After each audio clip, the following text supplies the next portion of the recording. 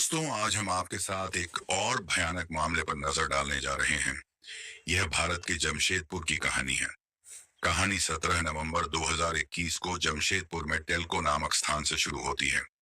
टेल्को एक ऐसा क्षेत्र है जहां कई तकनीक से जुड़ी दुकानें और कंपनियां हैं। इसी क्षेत्र के पास एक नदी है। नदी के आसपास बहुत भीड़ भाड़ नहीं है और लोग वहां बहुत कम आते हैं। 17 नवंबर की सुबह कुछ बच्चे नदी के पास खेल रहे थे। तभी उनका ध्यान पास में तैरते हुए एक प्लास्टिक के बोरे पर गया। उत्सुकतावश उन्होंने सोचा कि इसमें कुछ सामान हो सकता है। हालांकि जब वे पास गए तो उन्होंने देखा कि बोरे से उंगलियां बाहर झांक रही थी। यह नजारा देखकर बच्चे घबरा गए और चीखने लगे और घबराकर भाग रही बाइक।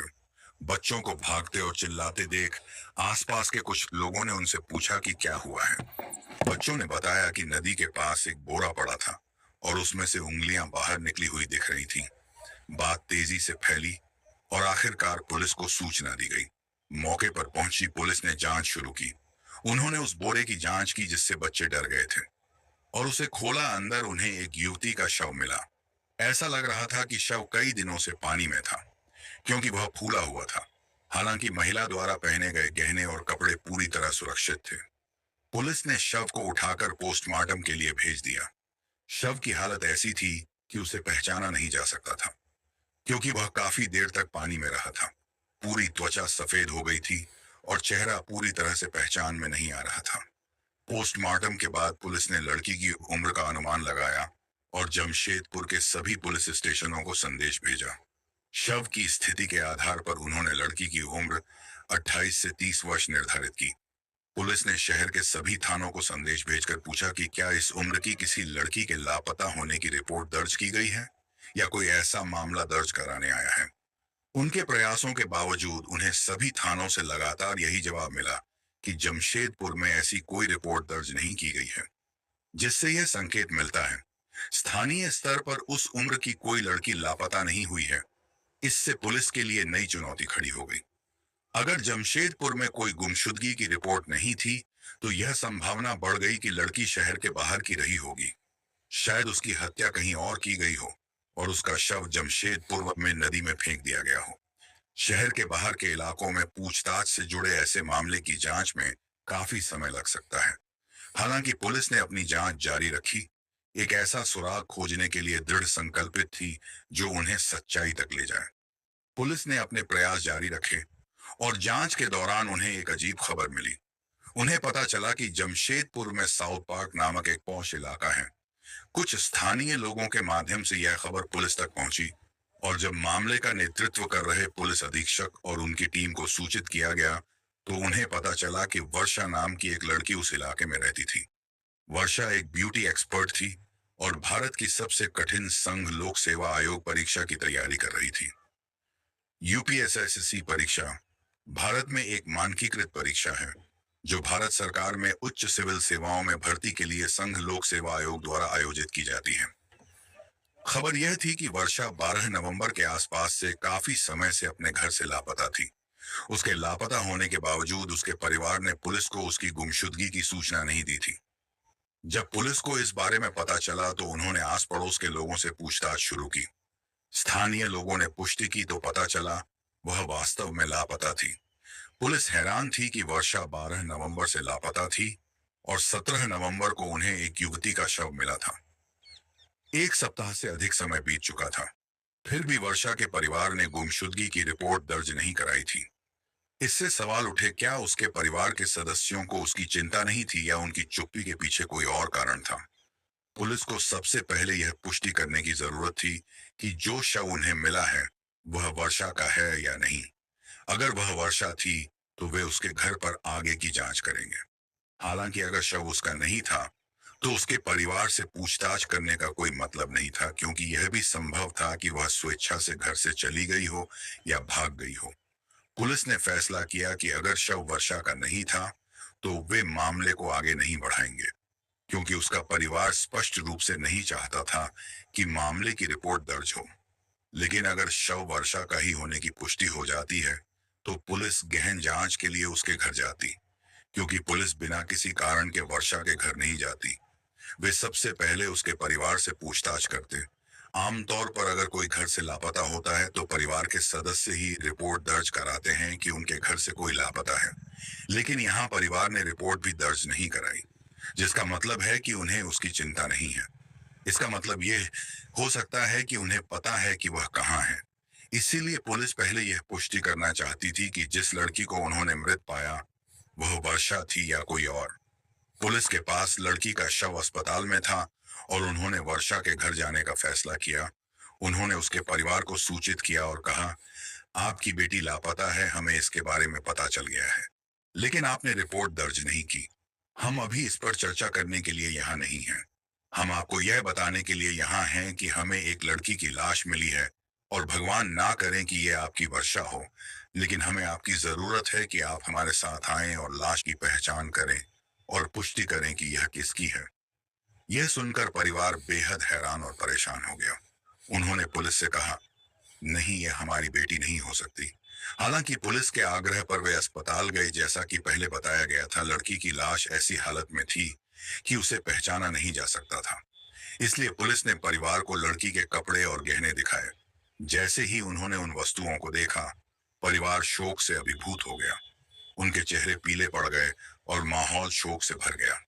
वे रोने और विलाप करने लगे, यह महसूस करते हुए कि पुलिस द्वारा दिखाए गए सामान किसी और के नहीं बल्कि उनकी बेटी वर्षा के थे। अब पुलिस को यकीन हो गया था कि शव वाकई वर्षा का ही था और किसी और का नहीं। और अब पुलिस ने शव के बारे में सच्चाई उजागर कर दी थी कि उसका असली नाम वर्षा था और वह एक ब्यूटी एक्सपर्ट थी। वह यूपीएसएससी की परीक्षा की तैयारी भी कर रही थी। इसके अलावा पुलिस को पता चला कि वर्षा शादीशुदा थी और उसके पति का नाम विशाल था। हालांकि शादी के कुछ समय बाद वर्षा और विशाल के रिश्ते खराब हो गए, जिससे अक्सर बहस और झगड़े होने लगे। नतीजतन वर्षा अपने माता पिता के घर लौट आई और वहीं रहने लगी। इस बीच यह पता चला कि वर्षा के जाने के बाद विशाल ने तलाक लिए बिना दूसरी शादी कर ली। पुलिस ने पुष्टि की कि उन्हें जो शव मिला था वह वर्षा का ही था।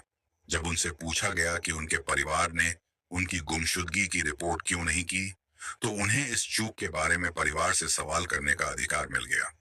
पुलिस ने वर्षा के परिवार से पूछताछ की और पूछा कि उन्होंने गुमशुदगी की रिपोर्ट क्यों नहीं दर्ज कराई, क्योंकि ज्यादातर लोग अपने रिश्तेदारों के लापता होने पर सीधे पुलिस स्टेशन जाते हैं। जवाब में वर्षा के परिवार ने बताया कि यह पहली बार नहीं था जब वह घर से बाहर गई थी। उन्होंने कहा कि वर्षा पहले भी कई बार घर से बाहर गई थी, कभी दोस्तों के साथ, कभी अकेले। वह कुछ दिनों या एक सप्ताह के लिए बाहर जाती थी और हमेशा खुद ही वापस आ जाती थी।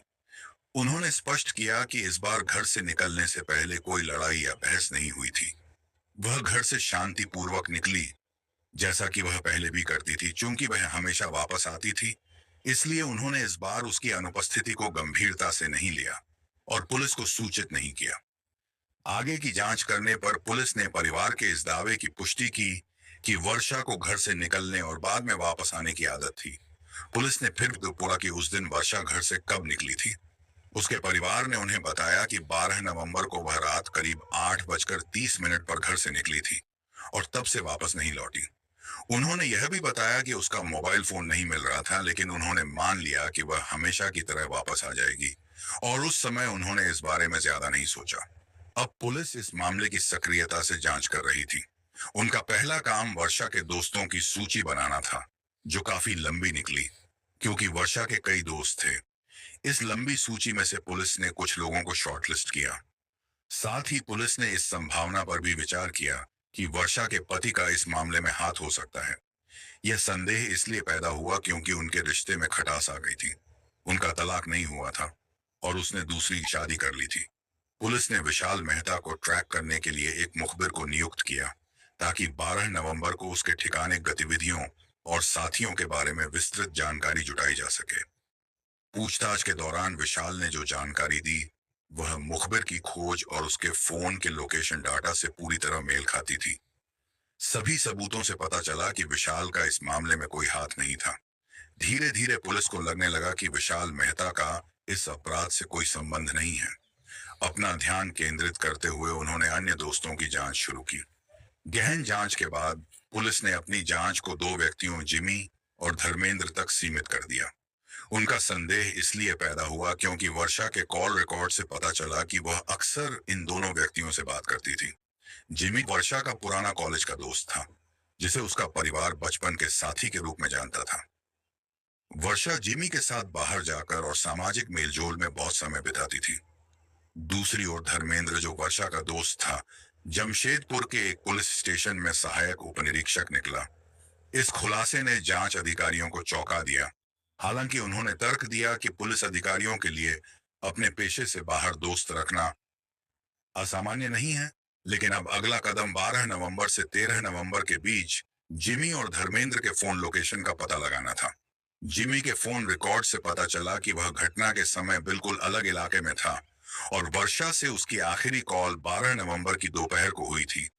इससे जिमी के खिलाफ किसी भी तरह का संदेह खत्म हो गया। जिमी की संलिप्तता के दोष मुक्त होने के बाद पुलिस का शक अब धर्मेंद्र पर पूरी तरह से केंद्रित हो गया।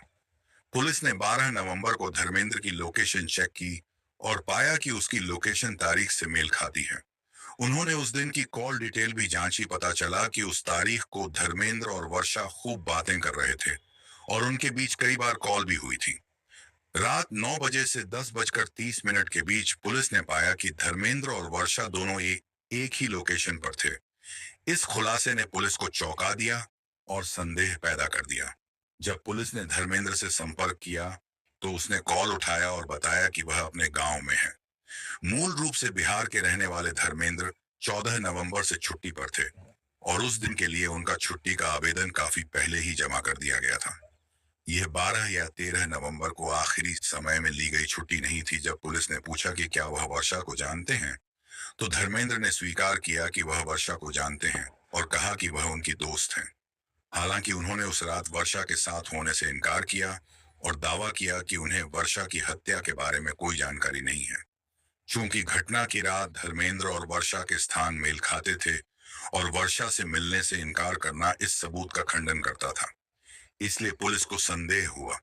उन्होंने धर्मेंद्र के गांव में एक टीम भेजी, उसे पुलिस स्टेशन ले आए और उससे पूछताछ की। स्टेशन पर धर्मेंद्र को उसकी कॉल डिटेल और लोकेशन डाटा दिखाया गया। खुद एक पुलिस अधिकारी होने के नाते धर्मेंद्र को पता था कि इस तरह के सबूत कैसे खोजे और एकत्र किए जाते हैं, क्योंकि उन्होंने पहले भी इसी तरह के मामलों पर काम किया था। धर्मेंद्र को एहसास हुआ कि पुलिस ने उसे घेर लिया है और उसका सच सामने आ गया है। इसलिए उसने कबूल किया कि 12 नवंबर को रात 8 बजे उसने वर्षा को फोन करके मिलने के लिए बुलाया था। उसने वर्षा को अपने घर बुलाया, फिर वर्षा धर्मेंद्र के घर गई और रात 10 बजकर 30 मिनट तक वहीं रही। इस दौरान वर्षा और धर्मेंद्र में झगड़ा हुआ। बहस के दौरान धर्मेंद्र आग बबूला हो गया और गुस्से में उसने वर्षा का सिर दीवार पर दे मारा। जब वह बेहोश हो गई तो उसने उसका गला घोंटकर हत्या कर दी। जब उसे एहसास हुआ कि वह मर चुकी है तो उसने उसके शव को पहले से तैयार प्लास्टिक बैग में भरकर सील कर दिया और शव को अपने घर पर रख दिया। धर्मेंद्र ने पहले ही प्लास्टिक बैग का इंतजाम कर लिया था, क्योंकि उसने उसे घर पर ही मारने और शव को ठिकाने लगाने की योजना बनाई थी। फिर उसने अपने साथी पुलिस वालों को फोन करके पता लगाया कि वे उस रात कहां गश्त कर रहे थे। यह उनके बीच आम बात थी, इसलिए किसी को कुछ शक नहीं हुआ। धर्मेंद्र को पता चला कि नदी के पास कोई गश्त नहीं कर रहा था, क्योंकि उस क्षेत्र में कोई ड्यूटी नहीं दी गई थी। जब उसने इसकी पुष्टि की तो उसने शव को अपनी मोटरसाइकिल पर रखा, उसे नदी में ले गया और उसे वहीं फेंक दिया और वह घर लौट आया और ऐसे सो गया जैसे कुछ हुआ ही ना हो। अगली सुबह वह अपनी सामान्य दिनचर्या में लगा रहा, साफ सफाई की और ड्यूटी के लिए अपने पुलिस स्टेशन चला गया। उसने 14 नवंबर को ही छुट्टी के लिए आवेदन कर दिया था। अगले दिन वह अपने गांव के लिए निकल गया। बाद में धर्मेंद्र ने पुलिस के सामने कबूल किया कि उसने अपने घर पर ही हत्या की योजना बनाई और उसे अंजाम दिया। हालांकि पुलिस के मन में यह सवाल था कि क्या हत्या पूर्व नियोजित थी।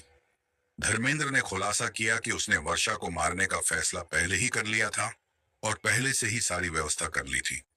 जब उससे पूछा गया कि उसने ऐसा क्यों किया तो धर्मेंद्र ने बताया कि वह और वर्षा जमशेदपुर में मिले थे। वर्षा अपने पति से अलग हो गई थी और इस दौरान उसके और धर्मेंद्र के बीच और प्रेम संबंध बन गए। वर्षा नियमित रूप से धर्मेंद्र के घर जाने लगी और समय के साथ उसने धर्मेंद्र को उसके कुछ फोटो और वीडियो के जरिए ब्लैकमेल करना शुरू कर दिया। धर्मेंद्र ने उसकी मांग मान ली, लेकिन जब भी वह घर जाने की बात करता, वर्षा उसे रोक देती और अपने साथ रहने पर जोर देती। फंसने और ब्लैकमेल से बचने के लिए धर्मेंद्र ने उसे मारने का फैसला किया। उसने 2 दिन पहले ही सारी तैयारियां कर ली, जिसमें बैग का इंतजाम करना, वर्षा को अपने घर बुलाना और 14 नवंबर को छुट्टी के लिए आवेदन करना शामिल था। जब यह मामला पुलिस को बताया गया तो वर्षा के परिवार ने 2 सवाल उठाए। उन्होंने पूछा कि क्या धर्मेंद्र ने वर्षा की हत्या की है। फिर पता चलने पर धर्मेंद्र अकेले मोटरसाइकिल पर वर्षा का शव कैसे ले जा सकता है। उसके साथ कोई और भी रहा होगा। वह व्यक्ति कौन था? क्या वह कोई दूसरा पुलिसकर्मी था या धर्मेंद्र का कोई दोस्त? उन्होंने कहा कि पुलिस को इसकी भी जांच करनी चाहिए। परिवार ने यह भी कहा कि उन्हें यकीन नहीं हो रहा कि उनकी बेटी धर्मेंद्र को ब्लैकमेल कर रही थी और कुछ तस्वीरें या वीडियो सार्वजनिक करने की धमकी देकर उनसे पैसे ले रही थी। उन्होंने पुलिस से इन दावों के पीछे की सच्चाई की जांच करने का अनुरोध किया।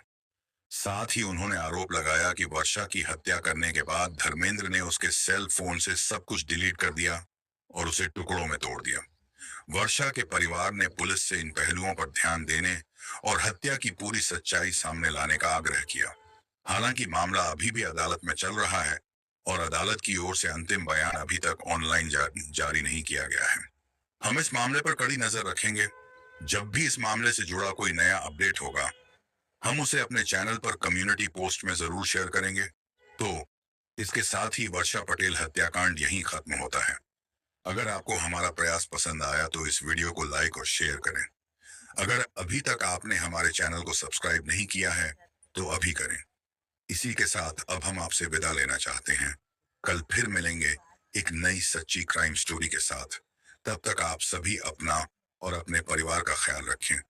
जय हिंद, जय भारत, वंदे मातरम, जय श्री राम।